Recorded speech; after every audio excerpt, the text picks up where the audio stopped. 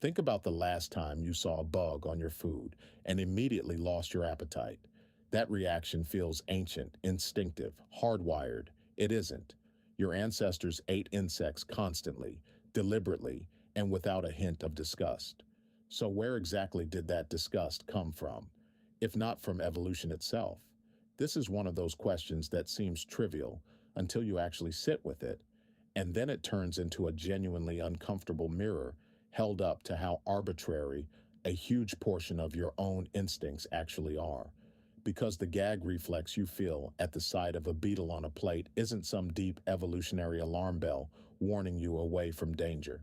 It's closer to a cultural setting, quietly installed, that you've mistaken for biology your entire life. And once you understand how it actually got installed, you start noticing how many other instincts might be the same thing wearing a disguise. Let's start with the part almost nobody thinks about first, the actual nutritional case for eating insects, because it's not a fringe argument. It's not primitive necessity dressed up as a food choice. It's genuinely, mathematically, one of the best sources of nutrition available to a human being without modern agriculture. Crickets, by weight, contain more protein than beef. Termites are packed with fat and calories in a ratio that's almost perfectly designed for a hunter-gatherer's energy needs. Grubs, particularly the larvae of beetles and moths, are so calorie-dense that a relatively small handful can rival the caloric content of a much larger portion of lean meat. None of this is a nutritional workaround. It's not what you eat when you can't get the real food. For most of human history, insects arguably were the real food, and a remarkably good version of it. Here's the part that actually matters for understanding why this made evolutionary sense. Insects were reliable in a way that almost nothing else in the ancestral environment was. Big game hunting is a high-effort, high-failure activity. You can spend an entire day tracking an animal and come home with nothing, and that failure rate was almost certainly the norm rather than the exception for most of human evolutionary history. Insects don't work that way. They're abundant. They're everywhere. They don't require a spear, a plan, a pack of coordinated hunters, or a stretch of good luck. A single rotting log can contain more usable calories in grub form than an afternoon of unsuccessful hunting produces. Termite mounds, in particular, function almost like a stored food bank. Dense, predictable, available in huge quantities, requiring only a simple stick and the patience to use it correctly. Anthropologists studying tool use in early hominins have found evidence of specifically shaped sticks used for termite fishing dating back well over 1 million years, a technique still used today by chimpanzees, which tells you something important. This wasn't a marginal survival behavior invented under desperation. It's old enough and consistent enough across primate lineages that it likely predates modern humans entirely. And here's a detail that tends to surprise people the most. Insects were probably one of the most reliable food sources specifically available to women and children in hunter-gatherer societies, which mattered enormously for group survival. Big game hunting in most documented hunter-gatherer cultures skewed heavily toward adult males, both because of the physical demands and the social organization required. Gathering insects required none of that. It was accessible, low risk, didn't require leaving camp for days, and could be done by nearly anyone in the group. Some anthropological models argue that insect gathering, alongside plant foraging, may have provided the actual caloric backbone of many hunter-gatherer diets, with big game hunting contributing a smaller, more variable, higher status supplement rather than the primary source of survival calories. If that model is even partially correct, insects weren't a fallback food. They may have been quietly holding entire communities together, while the mammoth hunt got all the attention and all the cave paintings. So if insects were abundant, nutritious, low risk, and accessible to nearly everyone in a group, the obvious question becomes, why exactly did such a large portion of the modern world develop a visceral, full-body disgust response to the entire category? And the answer to that question is where this story gets genuinely strange, because disgust itself is a much more flexible, much more learned system than most people assume. Let's talk about disgust as a biological mechanism, because understanding what it actually is changes everything about this question. Disgust evolved as a defense system, specifically against contamination and disease. This part is real and genuinely evolutionary. The core disgust triggers that show up consistently across virtually every human culture ever studied are things like rotting meat, human waste, open wounds, and signs of infection or decay. These triggers make sense because they were historically associated with genuine pathogen risk. A disgust response that made you recoil from a rotting carcass or contaminated water was protecting you from something that could actually kill you. This is the deep evolutionary layer, and it's remarkably consistent across cultures separated by oceans and thousands of years, which is exactly what you'd expect from a trait shaped by genuine, universal survival pressure. But here's the part that gets almost no attention. Disgust also has a second layer, a learned layer, built on top of that ancient core, and this second layer is culturally specific, flexible, and taught rather than inherited.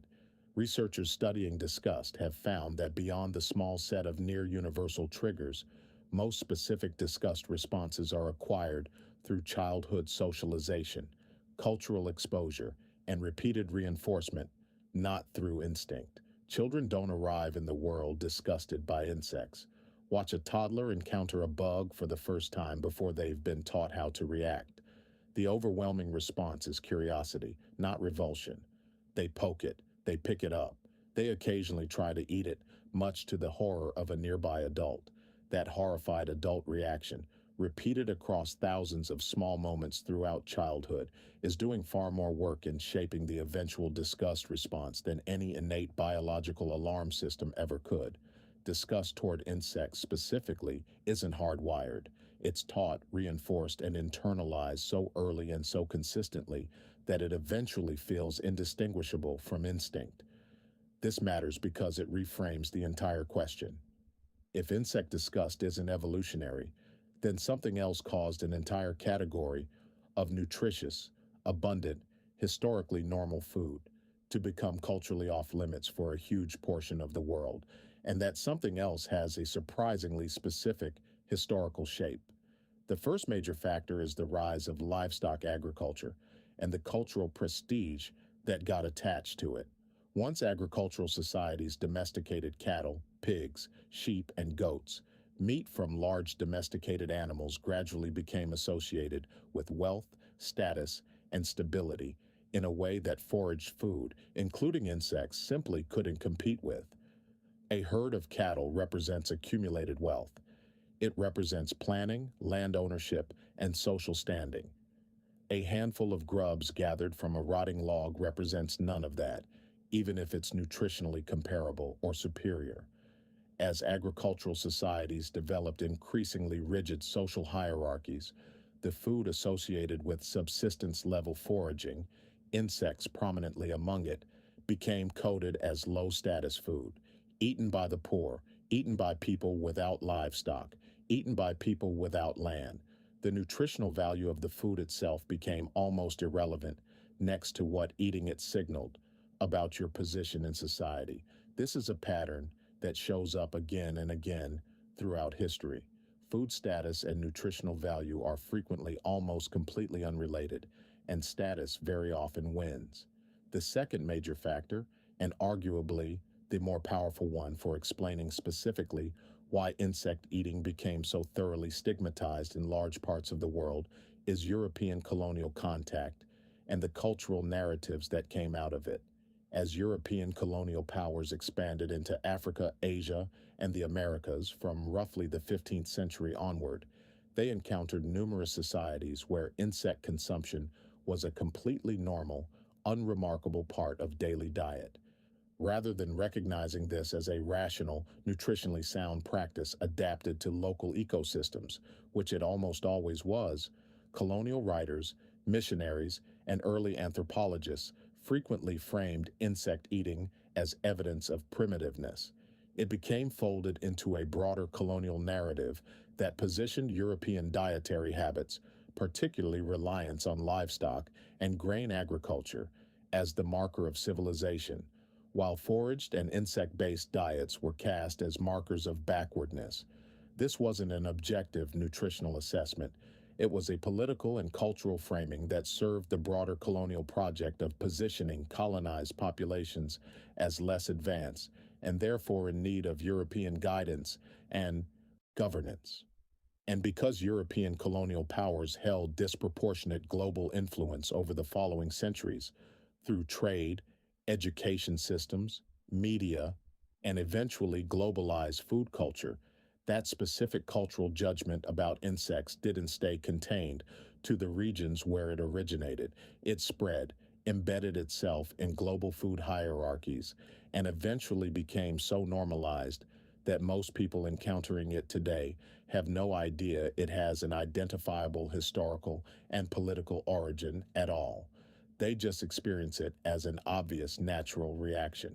Of course, bugs are disgusting, except it isn't obvious. And it isn't natural. It's a specific historical accident that got mistaken for common sense. There's a third factor worth mentioning, more subtle but still significant: the industrialization of meat production in the 19th and 20th centuries. As industrial livestock farming made meat from cattle, pigs, and poultry increasingly cheap, standardized, and available year-round in industrialized nations. The practical argument for insects as an efficient protein source weakened specifically within those societies, even though the underlying nutritional case never actually went anywhere. When a hamburger costs less than a bag of chips and is available at every corner store, the economic pressure that might otherwise sustain traditional foraging practices simply evaporates. This is a genuinely different mechanism from the status and colonial narrative factors, industrial food economics, rather than cultural judgment, but it reinforced the same outcome from a different direction, making insects seem not just low status, but also practically unnecessary in societies where cheap meat had become the default.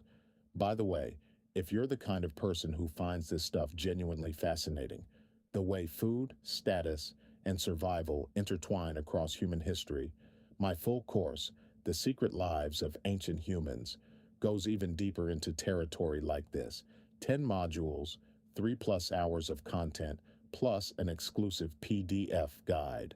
Links in the description if you want to keep going down this particular rabbit hole. Now, here's the part of this story that flips the entire premise on its head, and it's the part that almost never makes it into casual conversations about this topic. Insect eating never actually stopped globally.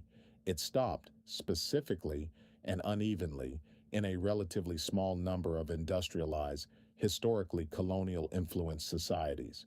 Right now, researchers estimate that roughly 2 billion people across more than 80 countries still eat insects as a regular, culturally normal part of their diet.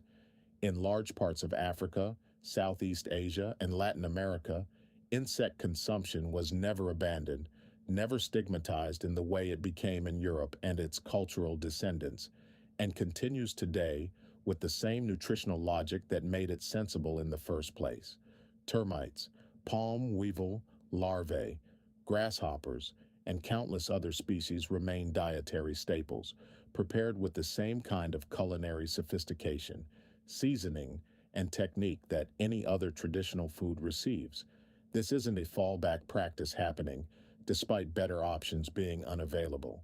In many of these regions, it's simply food, treated with exactly the same casual normalcy that a chicken dinner receives anywhere else in the world. This global picture completely reframes the original question. The question was never really, why did ancient humans stop eating bugs? Ancient humans, broadly speaking, didn't stop. A specific subset of human societies stopped, for reasons that had almost nothing to do with nutrition and almost everything to do with status, colonial history, and industrial food economics. The disgust response that feels so universal and so instinctive to a huge portion of the modern developed world is, on a genuinely global scale, the outlier position, not the default one. Billions of people alive right now would find the idea that insects are inherently disgusting just as culturally specific and just as puzzling as you might find some other culture's food taboo. There's a final layer to this worth sitting with because it connects back to something bigger than just insects specifically. The gap between what your body would actually benefit from nutritionally and what your culture has trained you to find acceptable is enormous. And most people never examine it because the cultural training happened so early and so thoroughly that it simply feels like personal preference, or worse, feels like instinct. Insects are an unusually clear example because the historical mechanism is so traceable. Colonial narrative, industrial meat economics, status signaling layered directly on top of a food source that remains, by every objective nutritional measure, genuinely excellent. But the same basic pattern, deep evolutionary programming, getting overwritten and disguised by comparatively recent cultural forces, shows up throughout human behavior far beyond just food. We're very good at mistaking recent cultural training for ancient biological wisdom, precisely because the training happens early enough and consistently enough that it never gets questioned. So here's where this actually leaves things. Your ancestors, going back deep into human evolutionary history and well past it into the broader primate lineage, ate insects constantly, deliberately, and without any trace of the disgust response you probably feel just reading about it. That food source was nutritionally excellent, remarkably reliable compared to big game hunting, and accessible to a far wider range of people within any given community. Nothing about your biology changed to make that food suddenly repulsive. What changed was a specific traceable sequence of cultural, colonial, and economic forces that took a genuinely sound survival practice and quietly recoded it as backward, poor, and unacceptable, so effectively that billions of people today experience the resulting reaction as instinct rather than inheritance. The next time you catch yourself recoiling at the thought of eating a grub or a cricket, it's worth asking what exactly that reaction actually is. Not evolution talking, not your body protecting you from something dangerous, just a very old, very effective piece of cultural programming, installed so early in your life and reinforced so consistently ever since that it never had to announce itself as a choice at all. It just quietly became the water you've been swimming in the entire time, indistinguishable, until you finally stop and actually look at it from nature itself.